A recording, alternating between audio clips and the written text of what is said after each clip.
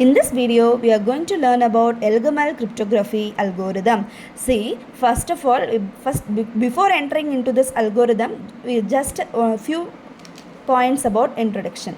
Cryptography algorithms classified into three types. What are they? They are asymmetric, symmetric, hash functions. Okay. In asymmetric, we'll use two different keys like public key and private key for encryption and decryption, but in symmetric same keys will be used for encryption and decryption. Okay, so this Elgamal cryptography comes under asymmetric key cryptography, this which means public key crypto system. Okay, this Elgamal cryptography uses asymmetric key cryptography and it will be done in 3 steps. Okay, these steps are common for all other algorithms. What are they? Key generation, encryption and decryption. In asymmetric keys, we'll use two different keys as I have told you already. From sender and receiver, both sides have two different keys. See, the above 3 steps are most common for all other algorithms. See, like Diffie-Hellman, RSA, etc. Okay, come. We can learn for this step by step. Okay, first step is key generation. This key generation step will do in 5 steps. Okay, first of all, before entering into this key generation, we must know how we are going to do this algorithm. First, we are generating the key. Here, we are generating the public key and the encryption part and decryption what we are going to do. Okay, first step, how we are going to key generation, how we are going to do. First, you are selecting the large prime numbers. Since I have told you already why we are doing the why we are selecting the large prime numbers. Since in cryptographic algorithms will use prime numbers in large numbers, because that much security you will give for your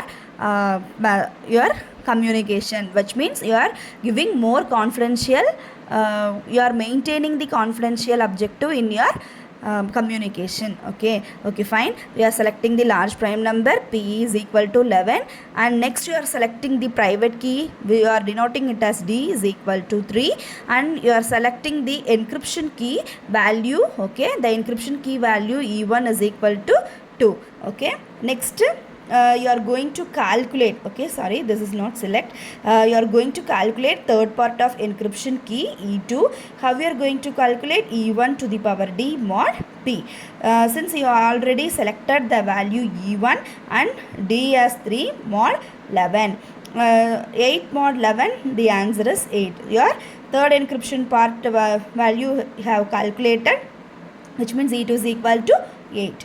Okay, since here your key is generated, E1 comma E2 comma P, and your private key is D. Okay, public key E1 is 2, E2 is 8, and P is you selected as 11. Okay, the key generation steps is completed. Next, come into encryption step. Okay, in this encryption you are going to calculate the ciphertext. Okay. First, you are selecting the random integer. Then you are going to calculate the ciphertext. Okay.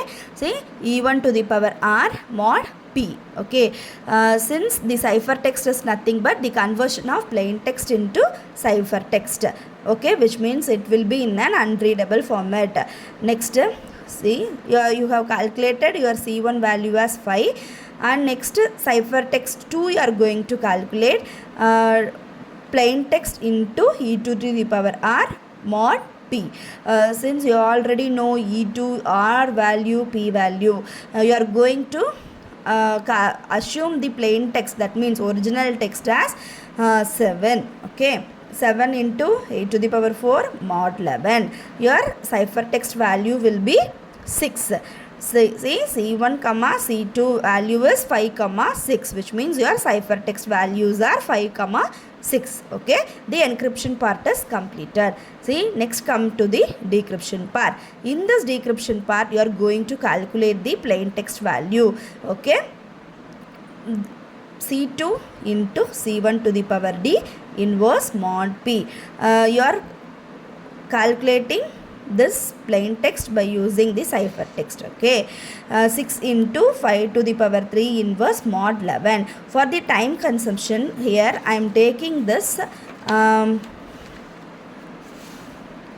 125 into x mod 11 equal to 1. Okay, by calculating this x value we can able to find the plain text value easily. Okay, see, if you are you just solve by using x equal to 1 2 3 values. Okay, see, 125 into, if you are using x value as 1 mod 11, what answer you will get?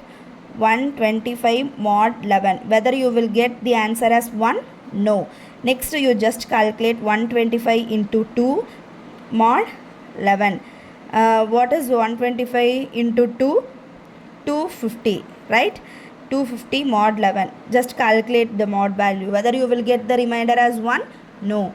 Next you calculate the x value as 3 mod 11. What answer you will get? What answer you will get? 375 mod 11. How much the remainder you will get? You will get the remainder as 1. Yes, you have received the remainder value as 1 by when you are calculating this x value as 3. Fine.